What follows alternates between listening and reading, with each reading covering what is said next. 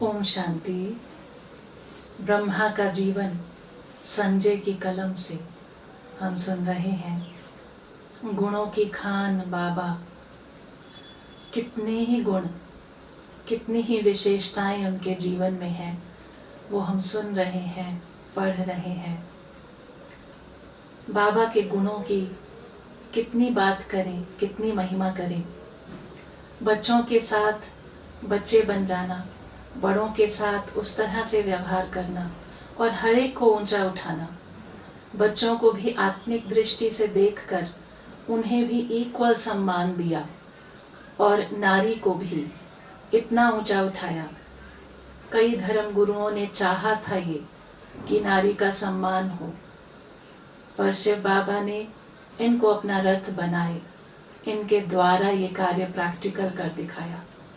ब्रह्मा की ही तो महिमा है ये कि उन्होंने स्वयं को संपूर्ण सरेंडर करके शिव बाबा को अपना कार्य करने दिया। आज भ्राता जगदीश जी कह रहे हैं, यदि हम ध्यान से देखें तो पिताश्री जी का जीवन केवल पवित्रता और योग की शिक्षा तक ही सीमित नहीं था, बल्कि उनका जीवन बहुमुखी प्रतिभा संपन्न था।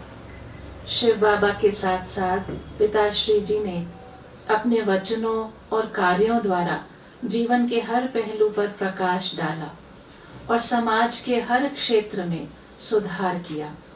समाज के नेताओं का जिस ओर आज ध्यान गया है, शिव बाबा और पिताश्री ने उन क्षेत्रों में बहुत काल पहले से ही वह कार्य दिव्य रीति से प्रारंभ कर दिया था।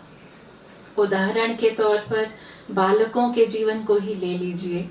पंडित जवाहरलाल नेहरू जी के जन्मदिन को बाल दिवस के रूप में मनाया जाता है, क्योंकि नेहरू जी बच्चों को बहुत प्यार करते थे और बच्चे भी उन्हें चाचा नेहरू कहकर पुकारते थे। बच्चे तो अपने भोलेपन तथा मासूमियत के कारण सभी को प्यारे लगते ही हैं। उनकी सरलता और पवित्रता तो सभी को अपनी ओर आकर्षित करती है, परंतु पिताश्री का उनसे विशेष स्नेह था और इसका सबूत है पिताश्री के वे कार्य जो उन्होंने बच्चों के लिए किए और उनके हार्दिक उद्गार जो उन्होंने बच्चों के लिए व्यक्त किए। पिताजी बच्चों को कोमल कलियां अथवा नन्हे पौधों के रूप में देखते थे और कहते थे कि इनसे बहुत कोमलता और मधुरता से व्यवहार करने की जरूरत है। बाबा साकार रूप में भी उन्हें छोटा समझकर उनकी उपेक्षा नहीं करते थे, बल्कि उन्हें बहुत महत्व देते थे। वे कहते थे कि छोटे बच्चों का मन साफ स्लेट की तरह होता है, जिस पर ज्ञान अच्छी तरह लिखा जा सकता है। इनके संस्कारों को भी अभी मोड़ना सहज है। वे कहते थे इन बच्चों को दिव्य साक्षात्कार भी हो सकते हैं और यदि ये सहज योग को सीख जाएं तो दूसरों को भी मार्ग पर लगा सकते हैं, क्योंकि ये पवित्र पौधे हैं। बाबा उन्हें आत्मा की दृष्टि से देखते हुए उनके कल्याण के लिए हर कोशिश करते। माता मदालसा का उदाहरण देते हुए वो कहा करते थे कि बच्चों को ज्ञान की लोरी देनी चाहिए। बाबा उन्हें महात्मा की संज्ञा देते थे और कहते थे कि छोटे बच्चे तो काम विषय विकार के विषय में निर्दोष हैं और कहते थे इस काम विकार से वो अपरिचित हैं, वे तो शीतल हैं। अतः यदि इस अवस्था में इन्हें ज्ञान दिया जाने लगे तो अच्छा होगा। इससे उनकी पवित्रता की नींव और ही सुदृढ़ हो जाएगी। इस दृष्टिकोण को लेकर इस ईश्वरीय विश्वविद्यालय में ये एक रिवाज सा हो गया कि यदि किसी सभा में 50 बच्चे हों तो यहाँ पर कहा जाता है कि आज की सभा में 50 महात्मा आए थे, क्योंकि बाबा बच्चों को महात्मा कहते थे। जैसे बाबा को बच्चों से अथाह प्यार था, वैसे ही बच्चों को भी बाबा के संपर्क में आने से हार्दिक प्यार हो जाता था।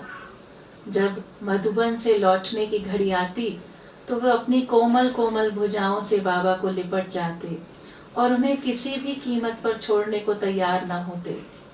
इधर बस छूटने का समय आ पहुंचता और उनके माता पिता इस फिक्र में होते कि कहीं बस ना छूट जाए, परंतु बच्चे उन्हें कह दिया करते कि आप भले ही चले जाएं, हम तो यहीं बाबा के पास रहेंगे। आंखों में आंसू भरकर भोली सी सूरत से बाबा की ओर देखते और अपने पांवों को पृथ्वी पर मारते हुए फैसला दे देते कि हम तो उस नर्क की दुनिया में अब बिल्कुल नहीं जाएंगे। ऐसा भी नहीं कि बच्चे केवल बाबा की नित्य नई टोली के आकर्षण में या उनके दुलार प्यार और पुचकार के कारण ही धरना डालते थे, बल्कि यदि आप उनसे पूछें कि आत्मा का क्या स्वरूप है, वो शरीर में कहाँ रहती है अथवा शिव बाबा का धाम कौन सा है, तो वो प्राय ठीक उत्तर देते।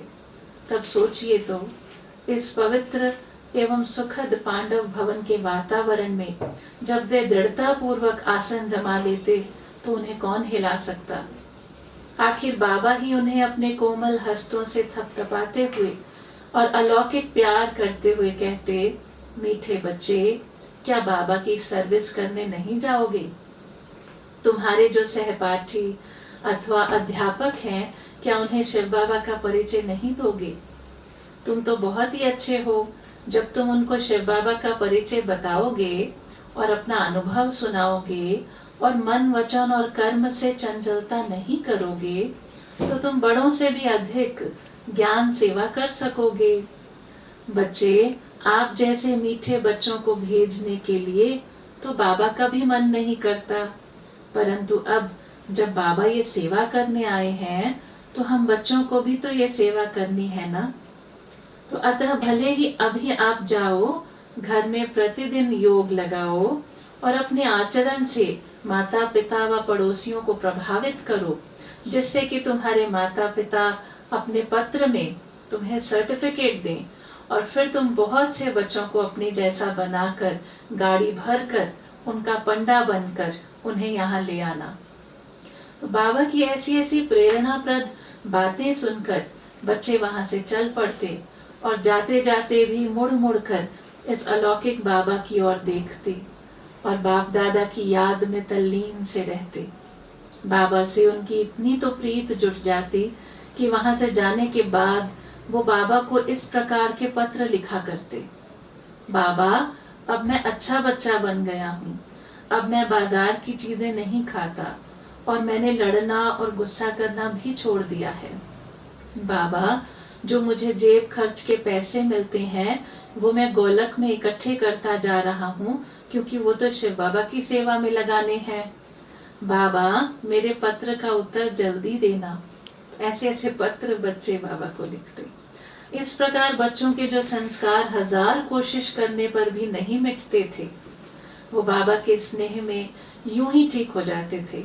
यहाँ तक कि स्वयं उनके माता पिता भी जब कोई भूल करते तो उनके बच्चे उन्हें कहते कि देखो, बाबा ने तो ऐसा करने के लिए निषेध किया है।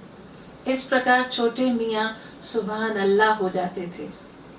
पिताश्री ने साकार में बच्चों के कल्याण के लिए जितना परिश्रम किया उतना शायद ही आज तक किसी ने किया होगा। उन्होंने न केवल वर्णमाला को आध्यात्मिक ज्ञान की पुट दी, परंतु बच्चों के लिए ज्ञान युक्त संवाद भी बनाए। जब इस ईश्वरीय विश्वविद्यालय की स्थापना होने लगी तो भी उन्होंने बच्चियों और बच्चों के लिए स्कूल खोले जो हर प्रकार से अनुपम थे। उनमें न केवल भाषा और गणित इत्यादि का ज्ञान कराया जाता था, बल्कि बच्चों को नैतिक एवं सरल आध्यात्मिक शिक्षा भी दी जाती थी। वहां बच्चों को मारना पीटना मना था, उन्हें समझाया जाता था और उन्हें एक दूसरे से आत्मिक नाते से व्यवहार करने की सीख दी जाती थी। उनके उठने बैठने, खाने पीने और बोलने चलने, सोने रहने के तरीकों में दिव्यता लाई जाती थी। कितने ही शिक्षा विशेषज्ञों ने वहां स्वच्छता, शांति, अनुशासन, नैतिकता, सहयोग इत्यादि को देख उनकी भूरी भूरी प्रशंसा की थी। उसमें पूर्वी और पश्चिमी दोनों तरह के विशेषज्ञ सम्मिलित थे और बच्चे वहां एक कुल की तरह रहते थे। पढ़ाई का जीवन के साथ संबंध था और पढ़ाने वाले भी आत्मनिष्ठा के अभ्यासी तथा पवित्रता पथ के अनुगामी थे। तो ये थी बाबा की और विशेषताएं जो आज हमने सुनी। कल हम फिर हाजिर होंगे। Thank you. ओम शांति।